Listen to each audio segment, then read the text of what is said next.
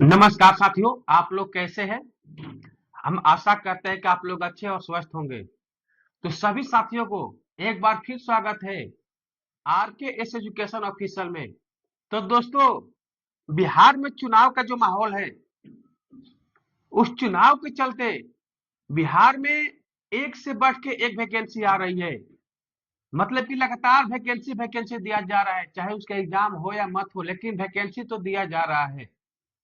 तो जिन साथियों को वो सोचते होंगे कि बिहार गवर्नमेंट के अंतर्गत कोई भी जॉब करे, तो उनके लिए अभी अब सुनहरा मौका चल रहा है और शानदार महीना चल रहा है सितंबर का, क्योंकि इसमें वैकेंसी की भरमार हो गई है।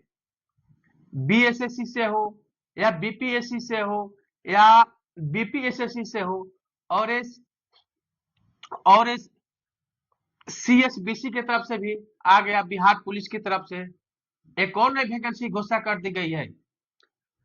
इस वैकेंसी में 3 टाइप की पोस्ट है। एक पोस्ट है मध्य निषेध सिपाही, मध्य निषेध सिपाही। दूसरा पोस्ट है चलंत दस्ता सिपाही और तीसरा है कक्षपाल का। तीसरा कक्षपाल का वैकेंसी है। तीनों मिलाकर के एक ही नोटिफिकेशन दिया गया है और तीनों को ज्वाइंट नोटिफिकेशन है। तो चलिए इसके बारे में हम चर्चा करते हैं कि आखिर ये नोटिफिकेशन जो दिया गया है, आज ही नोटिफिकेशन जारी हुआ है, इसमें एप्लीकेशन कब से अप्लाई होगा, लास्ट डेट कब होगा, एज की क्राइटेरिया क्या है, सिलेक्शन की प्रक्रिया क्या है, शैक्षिक योग्यता क्या है, इसके बारे में संपूर्ण जानकारी देंगे हम। तो साथियों, आप इस चैनल पर बने रहिए, आपको जो भी वैकेंसी आती है उसके बारे में संपूर्ण और सटीक जानकारी देंगे। कहीं भी अगर आपको कुछ प्रॉब्लम हो तो सही से पूछ सकते हैं, कॉल के सहारे, कमेंट के सहारे, व्हाट्सएप के सहारे, जिस माध्यम से आपको हमसे सुविधा चाहिए, हम आपको सुविधा प्रदान करेंगे। अगर मेरी दी गई सभी जानकारी से अगर आप संतुष्ट होंगे होंगे अगर मेरी दी गई जानकारी से आप संतुष्ट होंगे तो इस चैनल को सब्सक्राइब भी जरूर कीजिएगा। आप मेरे चैनल को सब्सक्राइब कीजिएगा तो मेरे द्वारा दी गई सभी जानकारी सबसे पहले आपके पास नोटिफिकेशन के माध्यम से पहुंचेगा। तो चलो साथियों, आज हम चर्चा कर रहे हैं सीएसबीसी के माध्यम से जो वैकेंसी आई है उसके बारे में। तो देखिए, इसमें टोटल जो पोस्ट की संख्या है, टोटल पोस्ट की संख्या 4128 पोस्ट। ये अच्छा खासा पोस्ट है। अगर पद के अनुसार देखा जाए तो पोस्ट अच्छा है। तो अब देखते हैं कि नोटिफिकेशन डेट, नोटिफिकेशन इसका कब से दिया गया है। तो नोटिफिकेशन नोटिफिकेशन जो डेट है, आज ही के दिन 26 सितंबर 2025 को दे दिया गया है, जारी कर दिया गया है। अब इसका एप्लीकेशन स्टार्ट कब होगा? तो एप्लीकेशन 6 अक्टूबर 6 अक्टूबर 2025 से आप इस फॉर्म को अप्लाई कर सकेंगे और लास्ट डेट कब तक है? तो 5 नवंबर 2025 तक। 5 नवंबर जो 2025 जो लास्ट डेट है, उस दिन आप लास्ट पेमेंट भी कर सकते हैं, सबमिट भी कर सकते हैं। तो कब से ये फॉर्म भरना स्टार्ट हो रहा है? 6 अक्टूबर 2025 से, और लास्ट कब हो रहा है? 5 नवंबर 2025 को। देखिए, एप्लीकेशन फी क्या है? फी मात्र 100 रुपया। क्योंकि बिहार सरकार में जो मुख्यमंत्री नीतीश कुमार जी ने घोषणा कर दी है कि बिहार में जो भी वैकेंसी आती है उसका एप्लीकेशन फी मात्र 100 रुपया लगेगा, चाहे किसी भी कैटेगरी के हो। तो इसमें भी आपको जब फॉर्म फिलअप करेंगे तो आपको मात्र 100 रुपया देना होगा। अब देखते हैं एज की क्राइटेरिया क्या है। तो एज देखिए, आपका मिनिमम एज 18 वर्ष होना चाहिए, चाहे आप मद्य निषेध के लिए भर रहे हो।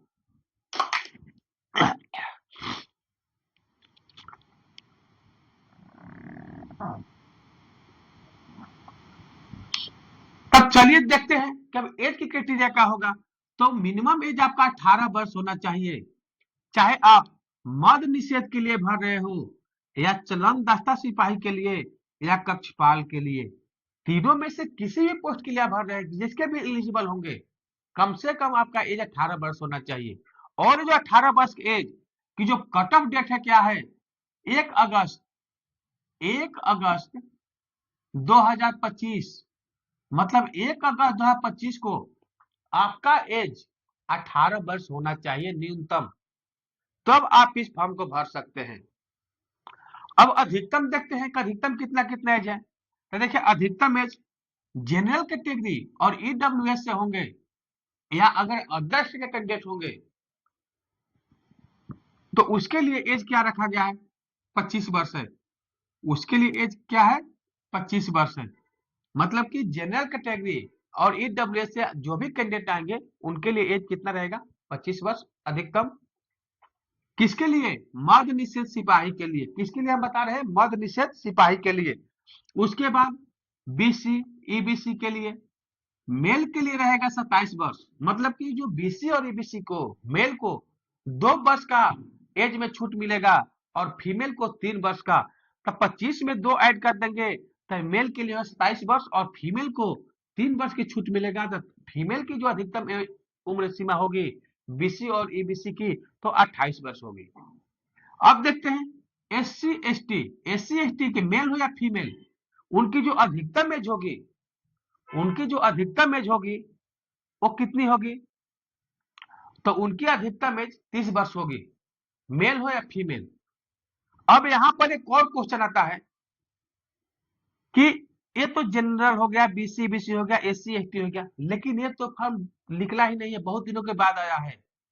तो यहां भी आपको गवर्नमेंट ने अधिकतम एज में छूट दी है और एज की जो अधिकतम एज की जो कट ऑफ डेट है इसके लिए, मर्द निषेध के लिए, तो इसके लिए जो आपका अधिकतम कट ऑफ एज है वो कितना है, 1 अगस्त 2023।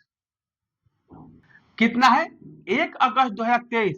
मतलब कि आप जनरल कैटेगरी से हो, अगर 1 अगस्त 2023 तक भी, 23 को भी आपका एज 25 वर्ष हो गया है, उससे अधिक हो गया है, लेकिन 1 अगस्त 2023 तक आपका एज जनरल के लिए 25 वर्ष ही था। अगर इसके लिए होंगे तो मतलब 27 28 और एसटी 31 वर्ष, मतलब जो भी अधिकतम एज है, अगर 1 अगस्त 2023 को इससे कम होगा या इसके बराबर होगा तो आप इस फॉर्म को भर सकते हैं। मतलब कि जो आपका अधिकतम एज की गणना होगी 1 अगस्त 2023 को होगी, किसके लिए, जिसका एज ज्यादा हो गया है। लेकिन अगर जो नए लड़के होंगे तो उनकी जो गणना होगी 1 अगस्त 2025 को न्यूनतम भी होगी और अधिकतम भी होगी। मतलब सीधा सवाल है कि 1 अगस्त 2023 को जनरल वाले को एज कितना, अगर 37 साल भी 25 को हो रहा है, 1 अगस्त 2025 को 27 वर्ष भी हो रहा है तो फॉर्म भर सकते हैं इसके अनुसार से। यह तो क्लियर हो गया। अब चलिए हम बता रहे हैं चलंत डाटा सिपाही के लिए एज की क्राइटेरिया क्या है। तो इसके लिए भी मिनिमम एज मतलब न्यूनतम एज 18 वर्ष है। इस तीनों के न्यूनतम 18 वर्ष होना चाहिए।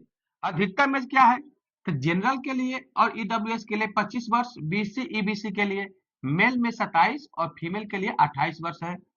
उसके बाद एससी एसटी के लिए कितना एज होना चाहिए, 30 वर्ष। चलिए ये तो अधिकतम हो गया, लेकिन ये भी फॉर्म बहुत दिनों के बाद आया है तो इसमें भी अधिकतम एज वालों को छूट मिला है। इसके जो कट ऑफ डेट है, एक कट ऑफ डेट है 1 अगस्त 2025, ये आपका न्यूनतम और अधिकतम होगा। नए लड़कों के लिए यही डेट मायने रखेगा 1 अगस्त 2025 न्यूनतम और अधिकतम। लेकिन और एक एज में क्राइटेरिया क्या दिया गया अधिकतम, कि अगर आप 1 अगस्त 2020 को भी ये अधिकतम एज की जो गणना है अगर आप पूरा करते हैं तो आप इस फॉर्म को भरने के लिए एलिजिबल है। मतलब सीधा सीधा यहाँ पर 5 वर्ष का छूट दिया जा रहा है। कितना दिया जा रहा है छूट, 5 वर्ष के लिए छूट दिया जा रहा है। मतलब 1 अगस्त 2025 को किसी का अगर 30 वर्ष भी एज है जनरल कैटेगरी से तो वो इस डेट के हिसाब से इस पोस्ट को भर सकते हैं। बीसी ईबीसी मेल के लिए 32 वर्ष भी एज है 1 अगस्त 2025 को तो इसके हिसाब से उसमें वो फिट बैठेंगे। अब देखते हैं मैक्सिमम एज, ये किसके लिए बात कर रहे हैं हम, कक्षपाल के लिए। तो कक्षपाल के लिए भी मिनिमम एज कितना है, 18 वर्ष। मतलब तीनों के मिनिमम एज 18 वर्ष है। उसके बाद मैक्सिमम एज देखिए, जनरल के लिए 23 वर्ष है, बीसी ईबीसी मेल के लिए 25 और फीमेल के लिए 26 वर्ष है। उसके बाद एससी एसटी के लिए अधिकतम उम्र की सीमा क्या है, 28 वर्ष। इसकी एज क्राइटेरिया क्या है, तो इसका भी जो कट ऑफ डेट है 1 अगस्त 2025 को न्यूनतम और अधिकतम एज की गणना होगी। लेकिन यहां भी आपको एज में छूट देखने को मिलेगा उनके लिए जिसका एज ज्यादा हो चुका है। तो वैसे में उन लोगों को सीधे 9 वर्ष का छूट मिल रहा है। मतलब कि एक एज की गणना कितनी होगी? 1 अगस्त 2016। मतलब अधिकतम एज वाले अगर 1 अगस्त 2016 को भी 16 के डेट में भी अगर वो 23, 25, 26 मतलब जिस कैटेगरी में आते होंगे, अगर ये एज की क्राइटेरिया पूरा करते हैं तो वो इस फॉर्म को भरने के लिए एलिजिबल है, वो इस फॉर्म को भर सकते हैं। और इसके बाद मैं बता दें, यहाँ पर एक और छूट मिल रहा है उनके लिए जो बिहार सरकार में किसी भी पोस्ट पर कार्यरत है। अगर वो लो लेवल पे हाई लेवल में जाना चाहते हैं, अगर उनका सर्विस 3 वर्ष पूरा हो गया है तो उनको 5 वर्ष का छूट मिलेगा अपने अपने कैटेगरी में। उसके साथ ही जो भी बिहार पुलिस के अंतर्गत अगर होम गार्ड में भर्ती है, होम गार्ड के पोस्ट पर है, तो उनको भी 5 वर्ष का अपने अपने कैटेगरी में छूट मिलेगा। यानी कि अगर वो जनरल होंगे तो उनका एज कितना हो जाएगा, गणना होगा कितना होगा, 25 है तो उसको 30 तक चलेगा अगर होम गार्ड में है। तो अगर कोई भी अभ्यर्थी अगर होम गार्ड में पहले से पोस्टिंग है तो उसके एज में 5 वर्ष की छूट दिया जा रहा है। तो यहाँ तक तो आप लोगों को क्लियर हो गया होगा। हमें तो नहीं लगता कि इसमें अब कहीं आपको कंफ्यूजन होगा। अब चलिए हम पोस्ट की बात करते हैं कि किसमें कितना कितना है। तो ये देखिए पद किसमें है, मद्य निषेध सिपाही। मद्य निषेध सिपाही कौन से विभाग में आपका पोस्टिंग होगा? तो उत्पाद एवं निबंधन विभाग। उत्पाद एवं निबंधन विभाग में आपका पोस्टिंग होगा। और इसमें टोटल पोस्टों की संख्या देखा जाए तो 1603 है। टोटल पोस्टों की जो संख्या कितनी है? 1603 है। ये बहुत अच्छा खासा वैकेंसी माना जा रहा है, क्योंकि मद्य निषेध सिपाही के लिए 1603 पोस्ट मायने रखता है। कोई कम भी नहीं है तो कोई ज्यादा भी नहीं है, तो एक तरह से बोला जाए तो पोस्ट अच्छा है। चलिए इसमें देखते हैं जनरल में कितनी सीट है। तो देखिए ये जो सीट है मेल फीमेल दोनों के लिए है, और ये सीट जो बता रहे हैं केवल फीमेल के लिए है। ये टोटल सीट हो गया, टोटल सीट है जनरल की 678, ईडब्ल्यूएस की 160, बीसी के 196, ईबीसी के 260, एससी के 242 और एसटी के 16 सीट, और बीसी फीमेल के लिए 51 सीट है। ये तो टोटल सीट की संख्या हो गई। टोटल सीट की संख्या कितनी हो गई? 1603। लेकिन इसमें यह भी बोला गया है कि महिलाओं को 35% का क्षैतिज आरक्षण है। मतलब जो भी पोस्ट रहेगा, जिस कैटेगरी में वो महिला आएगी, उसमें के टोटल वैकेंसी का 35% सीट उन महिलाओं के लिए रिजर्व है। तो देखिए इसका अगर 35% निकालते हैं तो 237 सीट फीमेल के रिजर्व है। अगर ईडब्ल्यूएस के 160 का 35% लीजिएगा तो 56 सीट आएगा। इसका 69, ईबीसी के 91 और एससी का 85 और एसटी का 6 सीट ये फीमेल के लिए रिजर्व है। तो ये तो हो गया। हाँ, और देखिए इसके बाद देखते हैं दूसरा पद क्या है, कक्षपाल। ये किसका तक आता है? गृह विभाग। गृह विभाग कारा मतलब कि जो कारा क्षेत्र होता है, जेल विभाग, उसमें होता है। तो इसमें भी टोटल पोस्ट की संख्या कितनी है? 2417 पोस्ट। ये भी अच्छा खासा पोस्ट है और वैकेंसी भी अच्छा है। तो कितना है? 2417। इसमें भी देखिए ये जो हम आपको बता रहे हैं ये मेल फीमेल दोनों के लिए, और टोटल सीट है, मैं ऊपर वाला टोटल सीट है। तो टोटल सीट जनरल में कितनी है? 929, ईडब्ल्यूएस में 225, बीसी में 301, ईबीसी में 385, एससी में 518, एसटी में 39 और बीसीडब्ल्यू में है 20। अब देखिए 35% आरक्षण इसमें भी है, तो इसमें 325 जो सीट है महिलाओं रिजर्व है। ईडब्ल्यूएस में 78 सीट, बीसी में 105 सीट, ईबीसी में 80, एससी में 154 और एसटी में 112। ये महिलाओं रिजर्व सीट है। ये टोटल सीट हो गया, ये महिलाओं की रिजर्व है। इसके बाद इसमें और देखिए इस सीट को 3 भाग में बांट दिया गया। यहाँ होम गार्ड के लिए स्पेशल वैकेंसी दिया गया है, एक सर्विसमैन की स्पेशल वैकेंसी है। तो जो एक टोटल वैकेंसी है जनरल में इसमें 314 पोस्ट होम गार्ड के लिए है।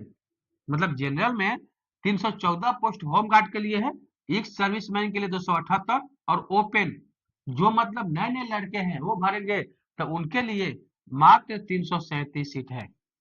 ये होम गार्ड के लिए हो गया, ये एक सर्विसमैन को हो गया। अगर ये तीनों ऐड कीजिएगा तो इसके बराबर आ जाएगा जनरल कैटेगरी में। इसी प्रकार ईडब्ल्यूएस में होम गार्ड के कैंडिडेट जो होंगे उसके लिए 72 सीट रिजर्व है, एक सर्विसमैन के लिए 69 और ओपन, ओपन का मतलब कि जो किसी भी जॉब में नहीं है वो नए लड़के हैं। तो नीचे वाला जो ओपन हम बता रहे हैं ये सीधी भर्ती है, आप इस पर फाइट कीजिएगा, इस पर फाइट नहीं कीजिएगा। इस सीट पर जो है केवल होम गार्ड के कैंडिडेट फाइट करेंगे, इस सीट पर केवल एक सर्विसमैन वाले लोग कैंडिडेट फाइट करेंगे। और ये ओपन है, मींस सबके लिए खुला है, कोई भी आएगा, कोई भी मेरिट बनाएगा और वैकेंसी में चयन होकर इस पोस्ट पर जा सकता है। बीसी के लिए देखिए 79 होम गार्ड के लिए है, 75 एक सर्विसमैन वालों के लिए है और 147 सीधी भर्ती है। ईबीसी में 128 होम गार्ड वालों के लिए, 215 एक सर्विसमैन वालों के लिए और 42 सीधी भर्ती है। एससी में 106 होम गार्ड वालों के लिए है, 194 एक सर्विसमैन वालों के लिए और 218 ओपन मतलब सीधी भर्ती है। वहीं एसटी में 5 होम गार्ड के रिजर्व है, 13 एक सर्विसमैन के रिजर्व है और 21 सीधी भर्ती है, मतलब 21 सीट पर आप फाइट कर सकते हैं। वहीं बीसीडब्ल्यू मतलब पिछड़ा वर्ग महिलाओं में 11 होम गार्ड के लिए है और 9 एक सर्विसमैन के लिए है, इसमें सीधी भर्ती नहीं है। यह तो क्लियर हो गया होगा कि पिछड़ा वर्ग महिला में सीधी भर्ती नहीं है, इसमें एक होम गार्ड फाइट करेंगे और एक सर्विसमैन वाले फाइट करेंगे। ये तो हो गया। अब इसमें भी बोलेगा कि महिला का सीट कहाँ है, तो इसमें भी 35% रिजर्वेशन है, मतलब सबका 35-35% निकाल लीजिए तो उसका उस कैटेगरी में महिलाओं के लिए सीट है। अब देखते हैं दूसरा तीसरा पद चलन दस्ता। चलन दस्ता जो ये किस, इसमें टोटल पोस्टों की संख्या कितनी है, तो ये 108 है। ये जो आते हैं सिपाही तो ये परिवहन विभाग में आते हैं, ट्रैफिक पुलिस के अंतर्गत आते हैं। तो चलिए इसमें कितना कितना है, तो ये देखिए मेल फीमेल दोनों के लिए हो गया, सबके लिए हो गया। तो जनरल के लिए 56 है, ईडब्ल्यूएस के लिए 9 है, बीसी के लिए इसमें सीट नहीं है, बीसी के लिए सीट नहीं है। ईबीसी का 5, एससी का 22, एसटी का 3 और बीसी फीमेल के लिए 13। अब इसमें भी 35% आरक्षण है महिलाओं के लिए। तो जनरल में 20 रिजर्व है, ईडब्ल्यूएस में 3, बीसी में तो है ही नहीं, ईबीसी में 2, एससी में 8, एसटी में 1 और बीसीडब्ल्यू ये तो महिला के लिए स्पेशल है ही। तो ये तो दोस्तों आपको टोटल वैकेंसी के कैटेगरी वाइज आपको बता दिए। अब देखते हैं कि शारीरिक मापदंड क्या है। आखिर तो एक पुलिस की भर्ती है, सिपाही भर्ती है, इसमें शारीरिक मापदंड तो देना ही होगा। तो इसके बारे में चर्चा करते हैं कि शारीरिक मापदंड जनरल, ईडब्ल्यूएस और बीसी इनके भी जितने भी कैंडिडेट होंगे मेल, उनकी हाइट कितनी चाहिए, 165 सेंटीमीटर हाइट चाहिए और 81 सेंटीमीटर चेस्ट चाहिए न्यूनतम। कितना चाहिए, 81 सेंटीमीटर उनको चेस्ट चाहिए न्यूनतम। प्लस जितना भी आएगा 5 सेंटीमीटर आपको चेस्ट को फुलाना है, जितना भी आएगा चाहे जिस कैटेगरी में हो, जितना भी आपका चेस्ट आएगा आपको 5 सेंटीमीटर चेस्ट को फुलाना है। ये आपको न्यूनतम बता रहे हैं कि आपका न्यूनतम 81 होना चाहिए। वहीं ईडब्ल्यूएस के लिए हाइट में छूट दिया गया है 5 सेंटीमीटर, यानी 160 सेंटीमीटर का हाइट होना चाहिए। चेस्ट में कोई छूट नहीं है, चेस्ट आपका होना चाहिए 81 सेंटीमीटर प्लस 5 सेंटीमीटर आपको फुलाना है, मतलब अगर 82 आता है 87 का, जो भी आए, लेकिन इतना न्यूनतम आपको चाहिए। वहीं एससी एसटी के लिए हाइट 160, लेकिन इनको चेस्ट में भी छूट मिला है, 79 सेंटीमीटर इनका चेस्ट होना चाहिए प्लस 5 सेंटीमीटर फुलाना है आपका जितना भी आए, लेकिन न्यूनतम आपका 79 होना चाहिए।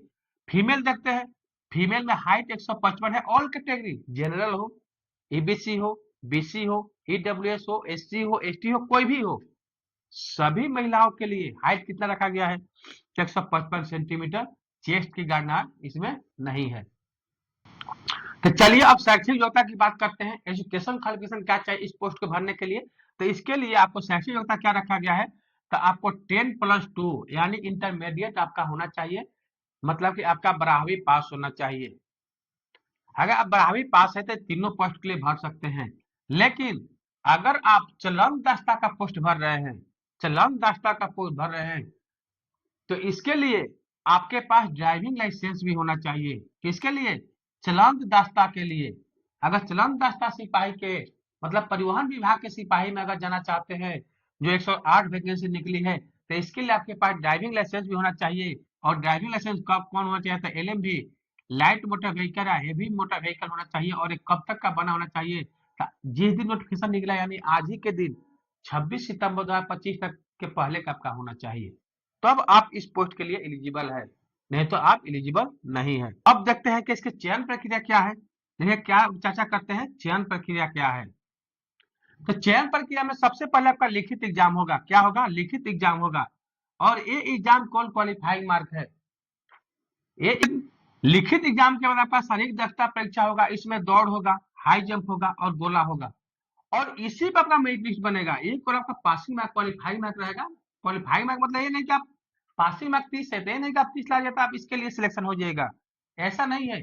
जितने भी लड़के भरेंगे उसका 20 गुना, उसके 20 का नहीं मतलब जो भी सीट है, अगर इसमें आते हैं तो 1603 का 20 गुना, अगर इस पद के लिए चयन होते हैं तो 2417 का 20 गुना और इसके लिए 108 गुना, यानी टोटल 4128 जो पोस्ट है, इसका 20 गुना लड़के को शारीरिक दक्षता परीक्षा के लिए बुलाया जाएगा। और इसमें दौड़ होगा, हाई जंप होगा और गोला होगा। ये दौड़ होगा 50 मार्क्स का, हाई जंप 25 मार्क्स का और गोला होगा 25 मार्क्स का।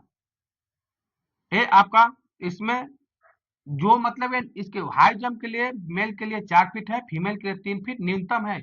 इसके बाद अधिकतम जितना फेंकेगा उसके अनुसार आपको नंबर मिलेगा। गोला के लिए 16 फीट पुरुष के लिए न्यूनतम है और इसके लिए कितना है? 12 फीट महिला के लिए। इससे अगर ज्यादा आप जितना फेंकते हैं तो उसके लिए आपका नंबर मिलेगा। तो अगर फूल में फूल अगर लाते हैं, ज्यादा जब फेंकते हैं तो आपको फूल में फूल 25 मार्क्स मिलेगा। इसके बाद चलिए, इसके बाद आपका क्या होगा? इसके बाद डीबी होगा प्लस मेडिकल होगा। उसके बाद आपका फाइनल चयन हो जाएगा। अब देखते हैं कि इसके लिए आपका क्या क्या डॉक्यूमेंट लगेगा। आखिर इसके लिए डॉक्यूमेंट क्या क्या लगेगा, तो चलिए डॉक्यूमेंट देखते हैं कि इसके लिए आपको डॉक्यूमेंट क्या क्या देना होगा। तो एक तो आपके पास 10th का होना चाहिए, 10th आप प्लस 10th और 10+2 का सर्टिफिकेट और मार्कशीट होगा। और आप जब ये फॉर्म भरिएगा तो आपका नाम, जन्म तिथि, पिता का नाम, माता का नाम सब आपके 10th के सर्टिफिकेट में जो होगा उसी के अनुसार मिलाया जाएगा। यह हो गया। उसके बाद जैसे EBC, EWS, BC, SC, ST, BCW या महिला के अगर आरक्षण आप लेना चाहते हैं तो ये केवल बिहार के स्थायी निवासी को मिलेगा। तो इसके लिए आपको एक क्या लगेगा? दूसरा क्या लगेगा? आवासीय प्रमाण पत्र। आवासीय प्रमाण पत्र देना होगा। अगर आपको आरक्षण चाहिए तो आपको आवासीय प्रमाण पत्र देना होगा, चाहे फीमेल हो या मेल हो। अगर फीमेल को 35 पर आरक्षण लेना है तो बिहार का स्थायी निवासी होना चाहिए और उसके लिए आपको आवासीय प्रमाण पत्र देना होगा। तीसरा क्या देना होगा? जाति प्रमाण पत्र, एनसीएल और ईडब्ल्यूएस। जाति प्रमाण पत्र ST/SC कैंडिडेट देंगे, एनसीएल बीसी और ईबीसी कैंडिडेट देंगे और ईडब्ल्यूएस वाले ईडब्ल्यूएस का अपना देंगे। तो ये तो हो गया। इसके बाद अगर कोई स्वतंत्रता सेनानी से आता है तो अपना सर्टिफिकेट देगा। अगर कोई होम गार्ड्स में है तो होम गार्ड से आपको होम गार्ड का अपना एनओसी सर्टिफिकेट देना होगा। मतलब कि चौथा क्या होगा? एनओसी। अगर आप होम गार्ड में आते हैं तो आपको एनओसी सर्टिफिकेट देना होगा। उसके बाद एक्स सर्विसमैन का सर्टिफिकेट, अगर आप एक्स सर्विसमैन है तो आपको एक्स सर्विसमैन का सर्टिफिकेट देना होगा। या अगर आप बिहार सरकार के अंतर्गत किसी भी पोस्ट पर कार्यरत है तो अगर आपको भी अगर 5 वर्ष का छूट लेना है तो आपको एनओसी देना होगा। ऐसे भी आपको एनओसी देना ही पड़ेगा, क्योंकि आप जब दूसरे पोस्ट में जाइएगा तो आपसे पूछा जाएगा पहले किस पोस्ट पर थे। तो उस हालत में जो भी गवर्नमेंट सर्विस में कार्यरत है उनको एक एनओसी देना होगा, एक सर्विसमैन वाले को देना होगा। अगर कोई चलन दस्ता का पोस्ट भरता है तो उसके लिए ड्राइविंग लाइसेंस, देना होगा। तो ये तो हो गया, आपका ये देना है, डॉक्यूमेंट देना है। अब ये जो डॉक्यूमेंट है, और आप पूछेंगे कब कब बनना होना चाहिए। तो आपका जो भी डॉक्यूमेंट है, जो भी आपका डॉक्यूमेंट है, ये जो लास्ट डेट कब का है, 5 नवंबर 2025 तक बना होना चाहिए। कब तक बना होना चाहिए, 5 नवंबर 2025 तक। तो ये तो हो गया 5 नवंबर 2025 तक बना होना चाहिए। साथ ही लेकिन आप जिस दिन फॉर्म भर रहे हैं, अगर आप 6 अक्टूबर को ही फॉर्म भर रहे हैं, तो आपका डॉक्यूमेंट इसी दिन क्लियर होना चाहिए। मतलब ये पर लास्ट, अगर लास्ट दिन को फॉर्म भर रहे हैं, सीधा सीधा छोड़िए कब का है, तो जिस दिन आप फॉर्म भर रहे हैं उस दिन तक आपके पास डॉक्यूमेंट होना चाहिए, सीधा बात।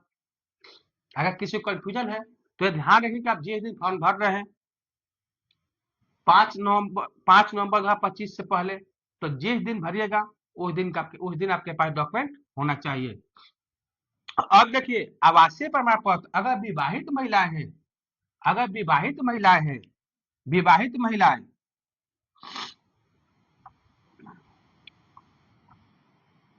तो अपना जो भी डॉक्यूमेंट होगा, आवासीय प्रमाण पत्र होगा या जाति प्रमाण पत्र होगा या एनसीएल होगा, ये सब बनाएंगे अपने पिता के नाम और पता से। कहां से बनाएगी, पिता के नाम और पता से। वहीं देखिए, अगर ईडब्ल्यूएस कैंडिडेट है, ईडब्ल्यूएस के कैंडिडेट है, महिला है, विवाहित महिला है, अगर विवाहित महिला, तो ये अपना आवासीय प्रमाण पत्र, निवास प्रमाण पत्र पिता के यहाँ से बनाएगी और आय प्रमाण पत्र अपने पति के नाम और पता से बनाएगी। मतलब ईडब्ल्यूएस वाले कैंडिडेट की जो भी विवाहित महिला है, वो अपना सर्टिफिकेट आवासीय प्रमाण पत्र पिता के नाम से और आय प्रमाण पत्र पति के नाम से उनको देना होगा। और जिस दिन आप फॉर्म भरेंगे उस दिन तक आपके पास टोटल डॉक्यूमेंट होना चाहिए। तो साथियों, ये जो वैकेंसी आ रही है 4128 पोस्ट के लिए, इसके बारे में जो जो भी मेन जानकारी है हम आप तक पहुंचाने की कोशिश किए हैं।